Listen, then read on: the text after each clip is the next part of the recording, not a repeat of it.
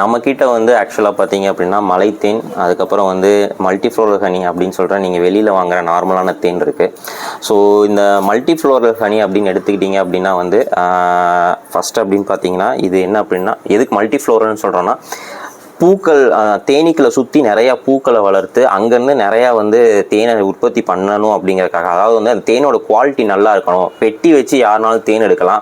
But சுற்றி வந்து தேனீக்களுக்கு எந்த அளவுக்கு வந்து தேன் மகரந்தம் கிடைக்குதோ அதை பொறுத்து தான் அந்த தேனோட குவாலிட்டி இருக்கும். இப்போ நிறையா பேர் என்ன பண்ணுறாங்கன்னா தேனி பெட்டியை ஒரு இடத்துல வச்சிடுறாங்க, இன்னொரு இடத்துல வந்து சக்கரைப்பாகுவை மொத்தமாக சேர்த்து வச்சிடுறாங்க.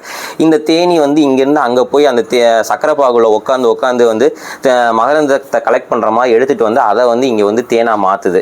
அப்படிங்கிறப்ப பார்த்தீங்க அப்படின்னா வந்து அந்த இதில் வந்து உங்களுக்கு சத்துங்கிறது உண்மையாகவே தேனுக்கு என்னென்ன சத்துலாம் நீங்கள் வந்து கூகுளில் படிக்கிறீங்களோ அது எதுவுமே வந்து கிடைக்க போகிறது கிடையாது. சுற்றி வந்து எந்த அளவுக்கு வந்து நேச்சுரலாக ஃப்ளவர்ஸ் இருக்கோ அந்த அளவுக்கு தான் வந்து தேனோட குவாலிட்டி இருக்கும். நம்ம கிட்ட இருக்கிறது வந்து எக்ஸலண்ட் குவாலிட்டி. இப்போ அடுத்து மல்டிஃப்ளோரல் ஹனிக்கு அடுத்தபடியாக அதை விட பெஸ்ட்டு ஹனி வேணும் அப்படின்னு பார்த்தீங்கன்னா இது வந்து ஃபாரஸ்ட் ஹனின்னு சொல்லுவோம். ஃபாரஸ்ட் ஹனி அப்படின்னு சொன்னோடனே காட்டுக்குள்ளே போய் கலெக்ட் பண்ணுறது, நாங்கள் வந்து அங்கே போய் எடுத்தோம் அதெல்லாம் கிடையவே கிடையாது. நான் வந்து ஓப்பனாக சொல்லிடுறேன், இது வந்து காட்டுக்குள்ளே போய் எடுத்ததெல்லாம் கிடையாது. பட் காட்டுக்குள்ளே எடுத்த மாதிரியே உருவாக்கப்படுறது. எப்படி அப்படின்னு பார்த்தீங்க அப்படின்னா வந்து இதுவும் தேன் பெட்டி வச்சு சுற்றி வந்து பூக்கள்லாம் வச்சு கலெக்ட் பண்ணுறது தான். பட் இந்த தேன் எடுத்த பிறகு இதை ப்ராசஸ் பண்ணுவாங்க. அந்த மாதிரி எந்த ஒரு ப்ராசஸுமே இது பண்ணுறது கிடையவே கிடையாது. இது வந்து பார்த்தீங்க அப்படின்னா உங்களுக்கு நார்மல் தேனுக்கும் இதுக்குமே டிஃப்ரென்ஸ் தெரியும். இதில் மகரந்தம் அப்படியே இருக்கிறனால அவ்வளோ திக்காக இருக்கும். இது வந்து நார்மல் தேன் வந்து உங்களுக்கு வந்து ஒரு வாட்டி ஹீட் பண்ணி ஃபில்டர் பண்ணுவாங்க, அதனால வந்து உங்களுக்கு கொஞ்சம் லைட்டாக இருக்கும்.